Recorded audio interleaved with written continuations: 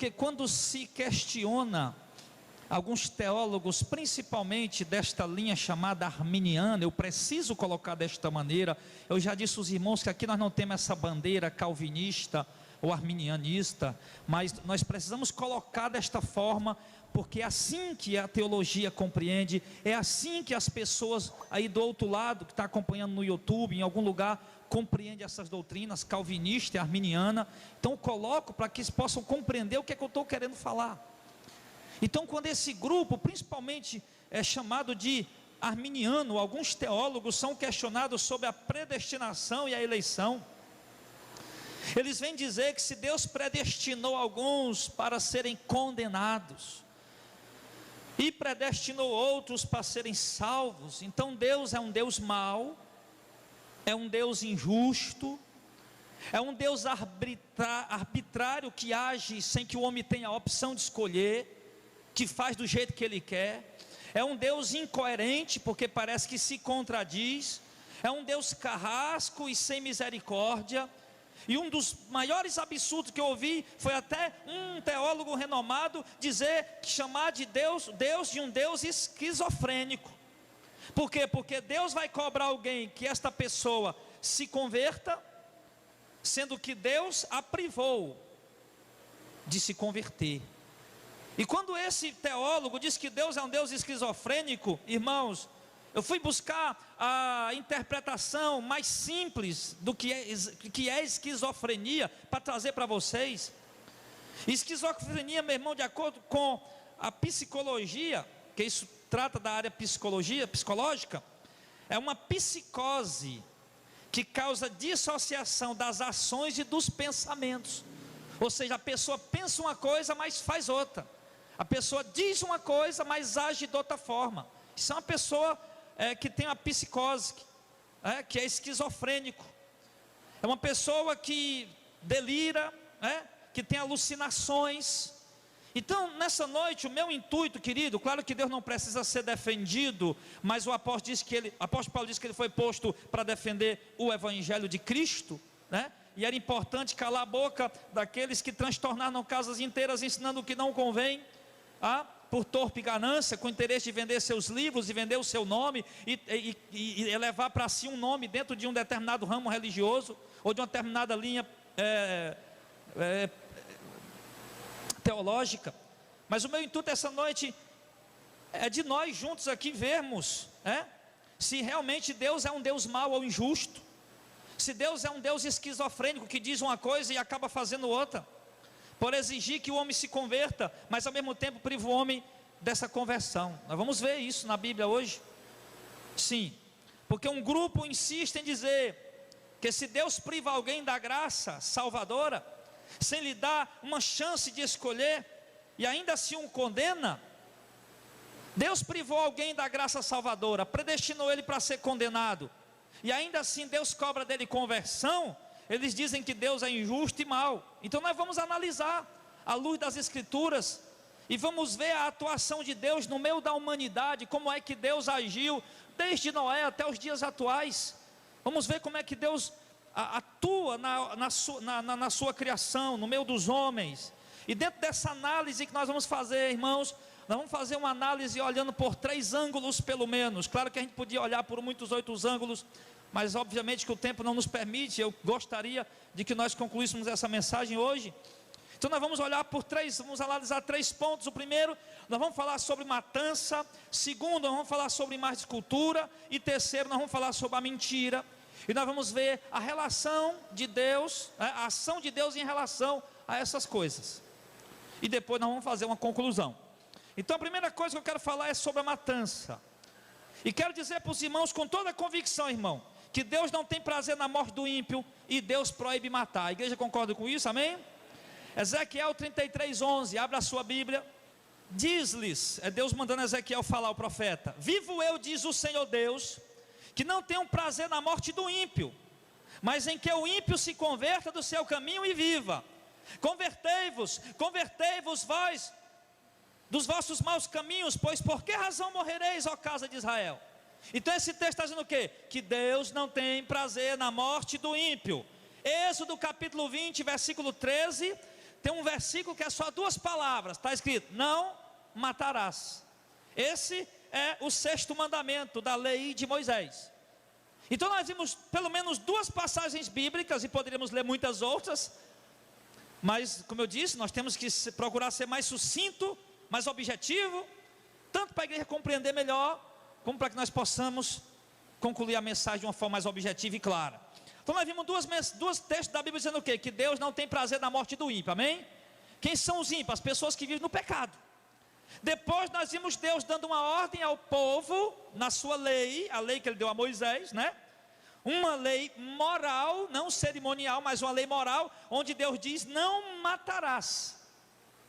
Agora, queridos, nós vamos ver Deus atuando dentro da humanidade, olhando pelo ângulo dessa questão da matança. O Deus que disse que não é para matar, e o Deus que disse que não tem prazer na morte do ímpio. Primeiro, abra a sua Bíblia em 2 Samuel capítulo 6, do verso 5 ao 7. E Davi e toda a casa de Israel festejava perante o Senhor com toda a sorte de instrumentos de pau e de faia, como também com harpas e com salterios e com tamboris e com pandeiros e com símbolos. 2 Samuel 2, do 5 ao 7, aliás. 2 Samuel 6, 2 Samuel capítulo 6, do 5 ao 7. Verso 6. E chegaram à eira de Nacon, estendeu Uzá a mão à arca de Deus e pegou nela, porque os bois a deixavam pender. E a ira do Senhor se acendeu contra Uzá, e Deus o feriu ali por esta imprudência, e morreu ali junto à arca de Deus. O que esse texto mostra para nós? Que o Deus que disse que quer que o ímpio viva e não morra, que o Deus que disse que não é para matar, o que nós estamos vendo aqui? Deus está fazendo o quê? Matando. Sim ou não? Aquele rapaz estava cheio de boa intenção, a arca ia cair, estava em cima de uma carroça de bois, ele estendeu a mão para pegar, para segurar a arca, boa intenção. A Bíblia diz que Deus se irou ao ponto de fulminar, abrir uma brecha nele e o matar, e deixar ali morto. O mesmo Deus que disse que não matarás, e que deseja que o ímpio viva, em Gênesis capítulo 19, do verso 23 ao 28, se não precisa da Bíblia, porque é muita leitura, isso aqui é muito conhecido. Ele destrói cidades inteiras, Sodoma e Gomorra e a região vizinha, matando homens, mulheres e crianças. Todo mundo conhece isso, não precisa nós ler. Deus mandou chover fogo do céu, matou homens, mulheres e crianças. Gênesis 19, do 23 ao 28. Se nós formos também lá em Gênesis 6, o 7 e o 17, Gênesis capítulo 7, do verso 17 ao 24, nós vamos ver nos dias de Noé, Deus destruindo o mundo inteiro, inclusive homens, mulheres e crianças. Vocês estão meio chocados? Estão meio assim atordoados? Pastor, parece que os homens estão certos, parece que Deus é esquizofrênico. Como é que Deus diz que não é para matar e Ele mesmo mata? Como é que Deus diz que não é para matar, Ele mesmo destrói? Mas tem mais. Deus não apenas matou, como ficou claro para nós, matou sim ou não? Matou Uzá, destruiu o mundo nos dias de Noé, destruiu Sodoma e Gomorra e as cidades vizinhas, morreu mulher, morreu menino, morreu jumento, morreu cavalo, morreu velho, morreu tudo. Ele matou. Segundo, Ele não somente matou, como Ele mandou matar. Lá em Deuteronômio, no capítulo 20, do verso 16 e o verso 17, as ordens de Deus para Moisés e Josué era que eles matassem os povos das nações que o Senhor havia dado a eles por herança. Olha o que é que diz aqui, verso 16 e 17, Deuteronômio 20. Porém, das cidades dessas nações que o Senhor teu Deus te dá em herança, nenhuma coisa que tem fôlego deixará com vida. Antes destruí-las totalmente, aos heteus, aos amorreus, aos cananeus, aos perizeus, aos heveus, aos jebuseus, como te ordenou o Senhor teu Deus. Sim, e isso inclui homens, mulheres e criança. Amém? Com a força de Deus? Está aí não? Deuteronômio 20, verso 16 e 17. Cidade que Deus deu para vocês, matem tudo que tem fôlego. Deus está mandando matar.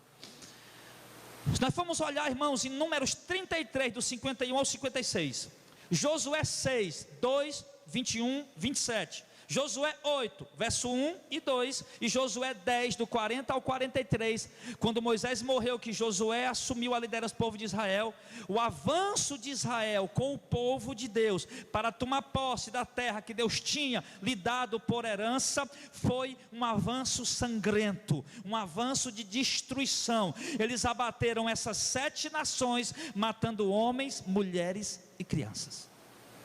E por quê? Porque agora há pouco, em Deuteronômio 20, verso 16 e 17, nós vimos Deus ordenando que era isso que ele tinha que fazer.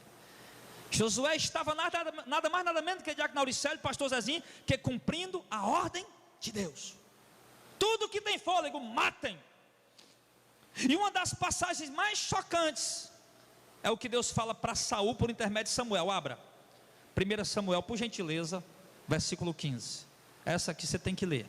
Tem umas que a gente não vai ler porque é muito comprido, mas você que trouxe uma canetinha pode anotar para ver em casa. Então vamos ver o que é que Deus disse.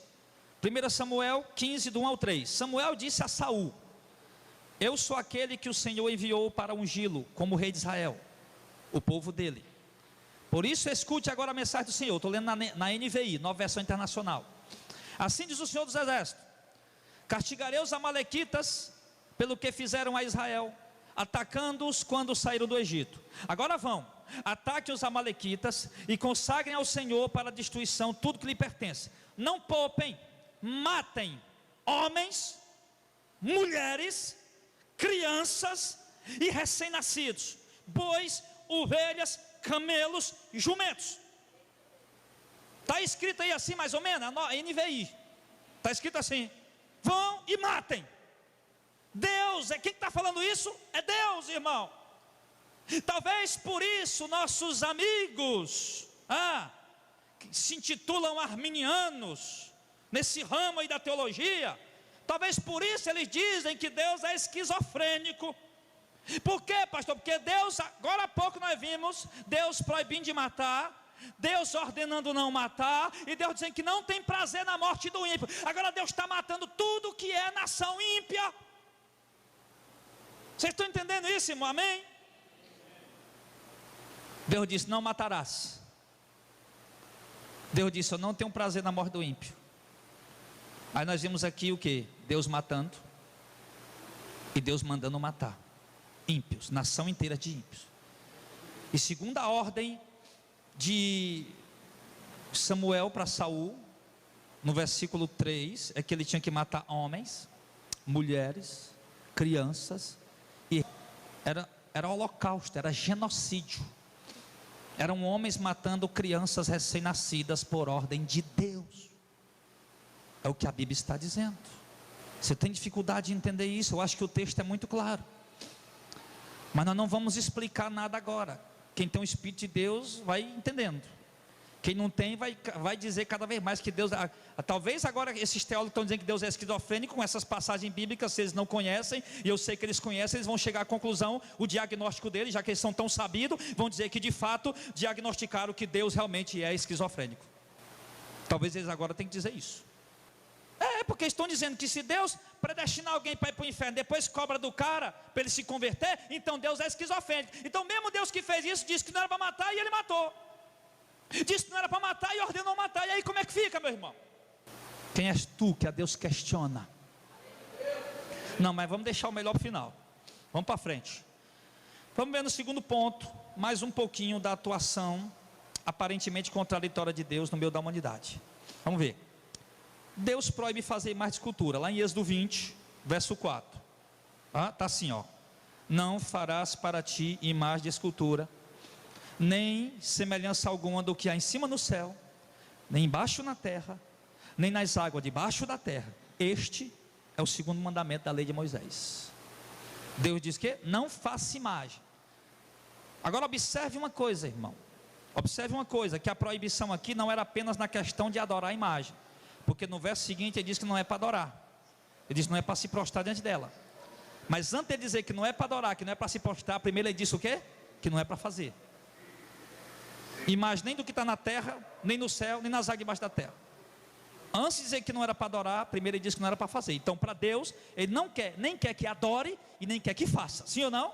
Sim, está escrito. Então esse é outro ponto controverso. Por quê?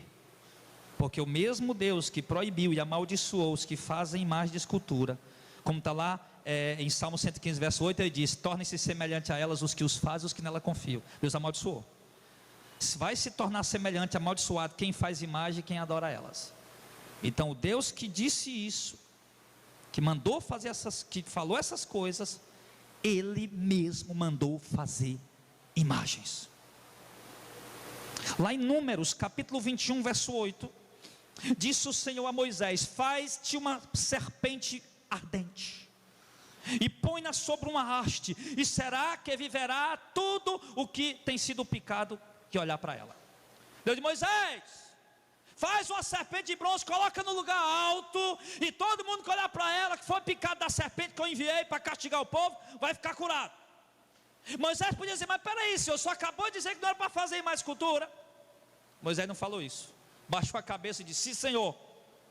Eu não quero entrar no mérito que depois Israel veio adorar a serpente, que deu até o nome dela, se não me engano, Neustamã, ou Neustan. Eu estou colocando aqui que Deus tanto disse que não era para fazer, como disse que não era para adorar, né? Se não é para fazer, muito menos para adorar. Aí agora ele vai e fala ao próprio Moisés, que ele disse no Êxodo 20, verso 4, o quarto mandamento, que não era para fazer imagem. Agora esse próprio Moisés, Deus manda ele fazer uma imagem. Segundo, em 1 Reis, capítulo 6, do 23 ao 28, nós não vamos ler, você vai guardar aí para ler depois. Dentro do santo lugar, primeiro lá em Êxodo 25, do 18 ao 22, Deus manda fazer uma arca para colocar no santo do santo, manda fazer uma tampa para essa arca, um caixote de ouro, a qual o nome dessa tampa era o propiciatório. Em cima deste propiciatório, o Senhor manda fazer a imagem de 2 anjos, 2 querubins, um olhando para o outro e com as asas estendidas assim, tocando uma na asa do outro. Deus manda fazer lá em Êxodo 25, 18 ao 22. O Deus que disse que não era para fazer imagem, manda fazer 2 querubins. O Deus que disse que não era para fazer imagem, 1 Reis 6, do 23 ao 28, diz que dentro do santo lugar também havia 2 querubins de 10 metros de altura cada um. As asas tinham 2,5 metros. Dentro do santo lugar, quando o sumo sacerdote entrava uma vez por ano, a primeira coisa que ele via logo era a arca ali embaixo e 2 querubins ali atrás, no fundo. Um com a asa estendida tocando nessa parede, e a outra asa estendida tocando na ponta do outro querubim, na asa do outro querubim. O outro querubim do lado de cá tocando na asa deste querubim e tocando na parede. Tinha 10 metros de altura, as asas cada um tinha 2,5 metros, somando também 10 metros de largura. Deus mandou fazer de ouro. Lá em 1 Reis 7, do 23 ao 29, Deus mandou fazer aquela pia de bronze bem grande, né? O mar de fundição cabia aproximadamente, se não me engano, 40 mil litros de água, ali no pátio externo. Lá fora, né, o templo tinha 3 pátios: o pátio externo, onde tinha um altar, e a pia de bronze, onde se fazia os holocaustos, tinha o santo lugar e o santo dos santos. Lá nessa parte de fora, né, aonde o povo entrava para fazer o sacrifício, tinha esse mar de fundição, ficava lá no pátio externo do templo, tá? E ele estava sobre a imagem de 12 bois de bronze que Deus tinha mandado fazer. E ao redor dele tinha alguns enfeites que eram imagens de leões e de querubins. Isso está lá em 1 Reis 7, do 23 ao 29. E eles fizeram isso porque Deus foi quem mandou fazer. Lá em 1 Reis 6, 29, em todas as paredes do templo, tanto pelo lado de dentro como pelo lado de fora, em redor do templo inteiro, sim, havia imagens entalhadas, né? A obra de artífice entalhada lá, de querubins, de palmeiras e de flores. Havia essas imagens lá. Aí você volta lá em Êxodo 20, Deus está dizendo: não faça para ti imagem de escultura. Aí depois lá na frente ele diz: olha, Moisés, faz 12 bois, faz 2 querubins em cima da arca, mais 2 querubins lá atrás, faz isso, aquilo, outro. Aí ainda bem que Moisés não era arminiano, porque senão Moisés ia perguntar: mas Deus, o Senhor é esquizofrênico? Mas Deus só disse agora há pouco que eu não podia fazer mais escultura, agora o Senhor está se contradizendo. Moisés sabia que Deus é soberano, meu irmão. Moisés não ia questionar Deus. Sim, Senhor. Vai questionar a sabedoria de Deus, rapaz. Se Deus disser não mate, se ele matar, ele é Deus. Se Deus disser não faça, se ele quer fazer, ele é Deus, e acabou a história, meu irmão. Agora, se você não compreende a soberania, a grandeza, a glória, a majestade desse Deus, meu irmão, então bota a viola no saco, meu filho, e vai ficar quieto. Deixa de estar insultando a Deus, rapaz. Então, meu irmão, como é que fica isso? Deus diz não mata, manda matar. Deus diz não mata, Ele mesmo mata. Deus diz não faz imagem, Ele mesmo manda fazer. Agora um terceiro e último ponto. Provérbios 6, 16, 17, abre aí.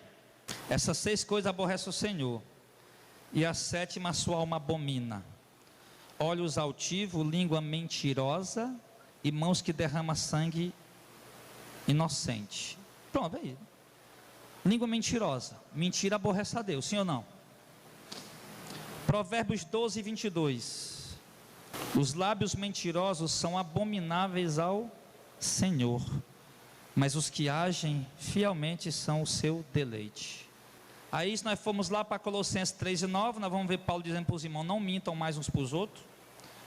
Nós vamos ver lá Apocalipse 22 e 15, dizendo que todos os mentirosos vão ser condenados.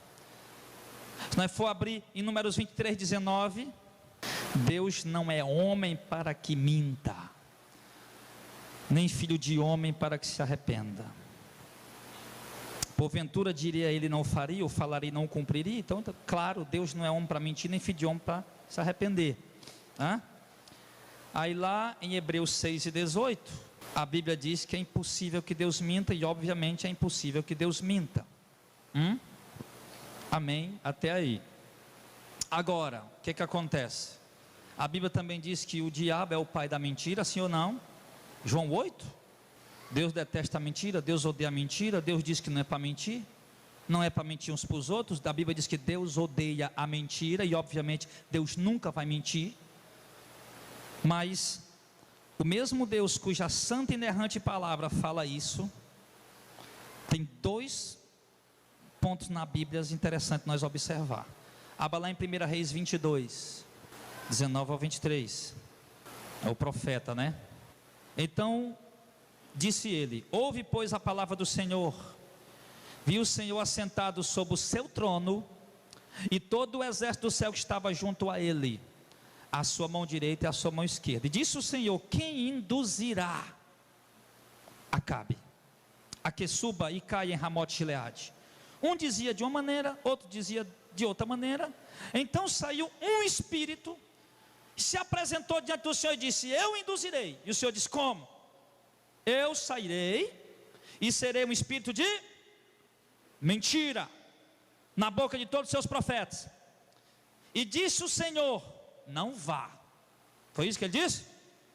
Não. Deus disse: tu o induzirás e ainda prevalecerá. Sai e faz assim. Verso 23. Agora pois, eis que o Senhor pôs. Quem que pôs? O Senhor pôs o espírito da mentira na boca de todos estes teus profetas, e o Senhor falou mal a teu respeito. Deus diz que não é para mentir, odeia a mentira, e o próprio Deus soberano, sem que ele venha mentir, ele nunca mentiu porque ele é verdade, ele é impossível que ele minta. Ele enviou um espírito de mentira na boca dos profetas, para os profetas mentir e enganar aquele rei com a mentira que os profetas falaram. Isso enviado da parte de Deus. É forte ou não é, irmão? É forte. É forte. Agora presta atenção, Deus não mentiu, mas ele enviou um espírito de mentira. Ele enviou. Você vai fazer o quê? Quem é que vai induzir o Acabe? Quem é que vai enganar ele? Quem é que vai fazer ele subir a guerra para ele perder? Eu quero que ele vá e perca. Quem é que vai fazer isso? Um dizia de um jeito, outro dizia outro. Havia um espírito que disse: eu vou. Como é que você vai fazer? Eu vou ser um espírito de mentira na boca dos profetas. Depois vá. Na visão desses teólogos aí, Deus jamais seria capaz disso, não é verdade? Se Deus fizesse isso, como é que Deus queria, como é que Deus ia poupar, né? Deus é injusto, porque como é que Deus fez aquelas pessoas morrer? Deus não faz isso, eles morreram porque tinha que morrer. Não, Deus mandou, enganou para eles subir, mandou enganar para eles subir, para eles morrer. Era a proposta de Deus. Agora vá lá em 2 Tessalonicenses capítulo 2. Meu Deus do céu. Você está vendo, irmão, o nosso Deus como ele é grande? Quem compreendeu a mente do Senhor? 2 Tessalonicenses capítulo 2, versículo de número 11. E por isso Deus lhes enviará a operação do erro para que creiam na mentira. Ei, peraí. Vamos olhar por partes esse versículo. E por isso, Deus lhes enviará a operação do erro. Quem que vai enviar? Quem é que vai enviar? É Deus. Ele vai enviar o quê? A operação do erro, né? Para quê? Para que eles creiam na mentira. A Bíblia está dizendo que o Deus que odeia a mentira, que aborrece a mentira, que é santo, não pode mentir, jamais mentiu, Ele mesmo enviou na sua soberania a operação do erro, para que algumas determinadas pessoas, que eu não quero dizer quem são, né? Mas que são os predestinados a ir para o inferno, Deus enviou na sua infinita soberania, sabedoria e majestade a operação do erro, para que os predestinados para irem para o inferno crescem na mentira e fossem condenados. É o que diz o verso seguinte: fossem julgados todos os que não creram na verdade, antes tiveram prazer na iniquidade. Para que sejam julgados todos os que não creram na verdade, antes tiveram prazer na iniquidade. Aí você vai pedir um arminiano para interpretar esse texto. Não, mas você está vendo, o texto está dizendo que eles estão sendo julgados porque não creram na verdade. O texto está dizendo que eles foram julgados e condenados porque não creram na verdade, porque preferiram a mentira. Eles tiveram prazer na iniquidade, mas por quê? Porque Deus enviou a operação do erro para eles crerem na mentira, para eles serem condenados. Agora, meu irmão, preste atenção, porque eu já vou concluir. Seria Deus realmente um Deus esquizofrênico? De fato, com muito temor ao Senhor, falando humanamente, como um entendimento de quem não conhece a Deus, quem não conhece ao Senhor, nós podemos dizer que sim. Realmente, pastor, parece mesmo. Deus disse que não era para matar, depois ele mesmo mata. Deus não era para matar, depois ele manda matar. Deus disse que não era para mentir, para enganar, ele vai enviar espírito da mentira na boca dos profetas para enganar um homem, para um homem morrer. Depois ele envia a operação do erro para enganar pessoas, para essas pessoas crerem na mentira, para serem condenadas. Será que Deus é um Deus confuso e desorientado, irmão? Um Deus que proíbe determinadas coisas, mas que logo em seguida não apenas faz algumas delas, como ordena que seja feito. Mas eu quero dizer para a igreja que a questão de tudo isso pode se resolver basicamente em Romanos 9, 18, por gentileza, abra. Meu irmão, venha me dizer tudo, menos que Deus é incoerente, inconveniente, inconsequente, ou esquizofrênico, ou injusto, ou mau, ou arbitrário. Romanos 9, verso 18 ao 21 diz assim: logo pois, compadece de quem quer, endurece a quem quer. Dir-me-ás então, porque se queixa ele, Deus ainda? Porquanto quem pode resistir à sua vontade? Mas ó homem, quem és tu que a Deus questiona? Porventura a coisa formada dirá o que a formou, porque me fizeste assim? Ou não tem o oleiro poder sobre o barro para da mesma massa fazer um vaso para honra e outro para desonra? E a resposta? Eu não vou aqui dizer, não, mas é porque eu vou usar o que o Jacó Armínio falou, eu vou usar o que o João Calvino falou, eu vou usar o que Paulo escreveu, eu vou usar o que o Espírito Santo disse, o que o Espírito Santo ensinou. E o Espírito Santo está dizendo que Deus tem poder sobre a massa para fazer um vaso para honra e outro para desonra, que Deus se compadece de quem quer e endurece a quem quer. Aí alguém diz, mas então se vai para o inferno, quem que pode resistir à vontade de Deus? E Paulo diz, quem és tu que a Deus questiona?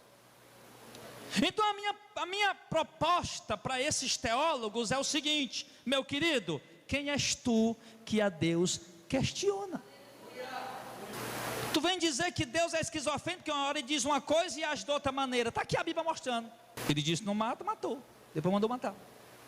Disse que odeia a mentira, aborrece a mentira, enviou espírito de mentira na boca de profeta, enviou a operação do erro para condenar a gente. E aí, como é que fica?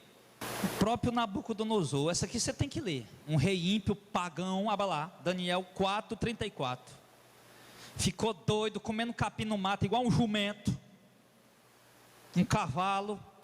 Aí quando tornou o juízo, Daniel 4:34 ao 35, olha o que é que esse rei ímpio, pagão, disse: Mas ao fim daqueles dias, eu, Nabucodonosor, levantei os olhos ao céu, e tornou-me a vir o entendimento, e eu bendisse ao Altíssimo, e louvei, e glorifiquei ao que vive para sempre, cujo domínio é um domínio sempiterno, e cujo reino é de geração em geração, e todos os moradores da terra são reputados diante dele em nada, e segundo a sua vontade, ele opera com exércitos céus e com os moradores da terra, e não há quem possa estorvar sua mão e lhe diga: o que fazes?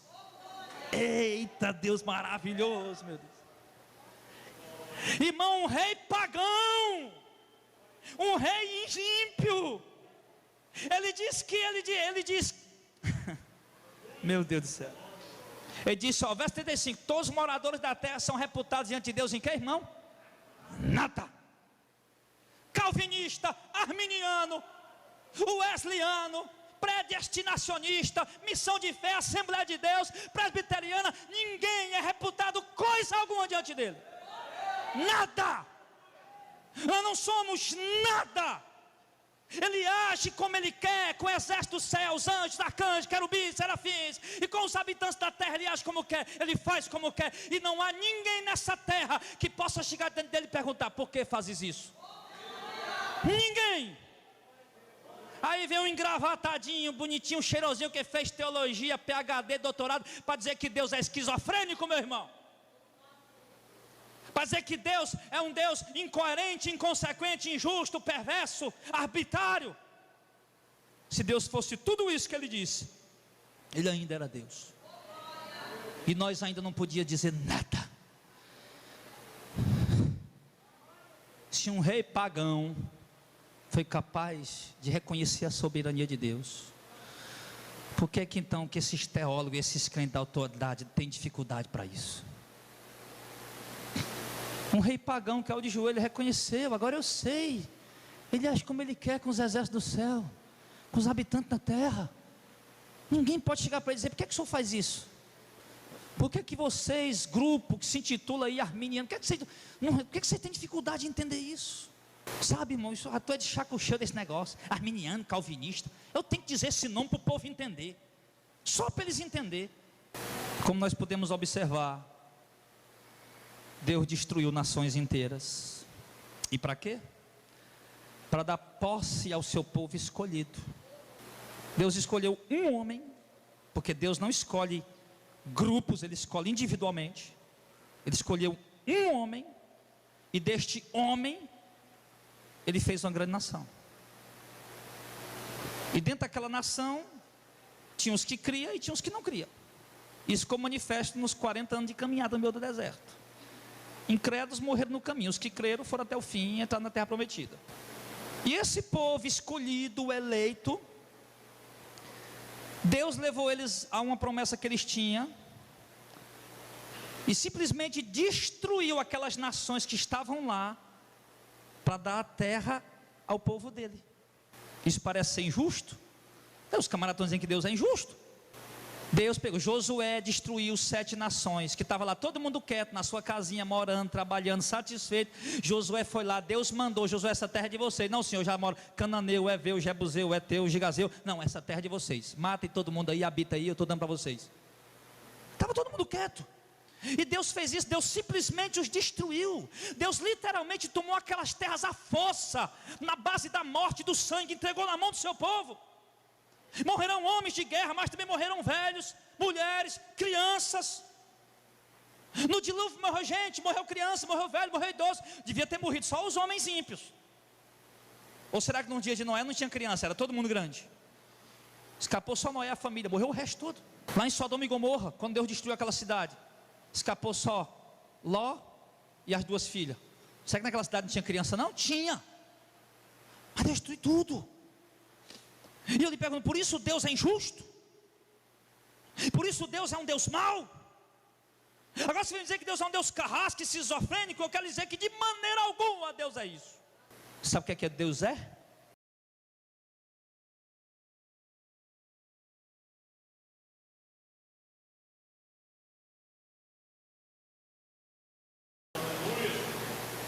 Quando o apóstolo Paulo disse o seguinte: Paulo tentou explicar sobre a predestinação, teve um momento que ele não conseguiu mais, ele disse o seguinte: ó, profundidade da riqueza, tanto da sabedoria, como da conhecimento de Deus.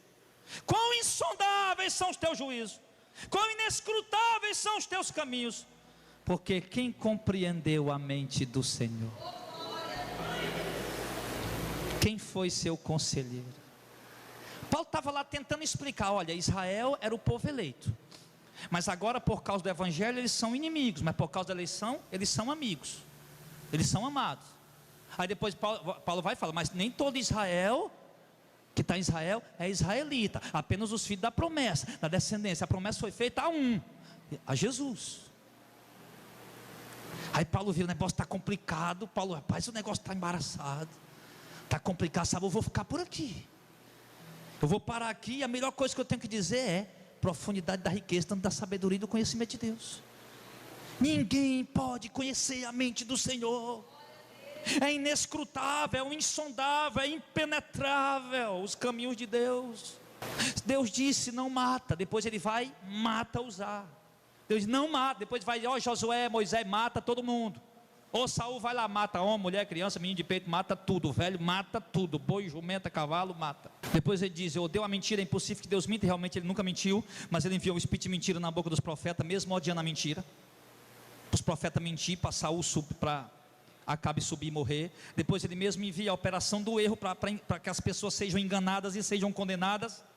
Aí alguém diz: mas Deus é amor, é misericórdia. Em momento algum eu estou dizendo que Deus não é amor. Nós vamos fazer um paralelo na Bíblia, mostrando: o mesmo Deus que amou é o mesmo Deus que mandou matar a gente.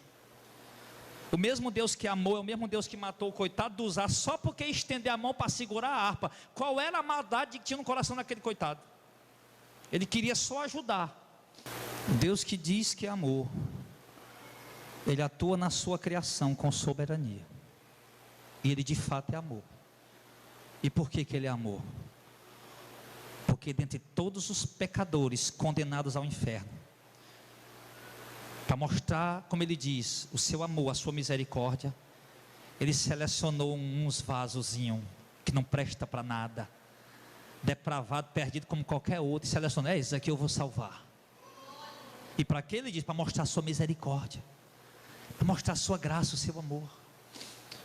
Aí, para fechar de vez, Abacuque disse o seguinte no capítulo 2, verso 20: mas o Senhor está no seu santo templo, cale-se diante dele toda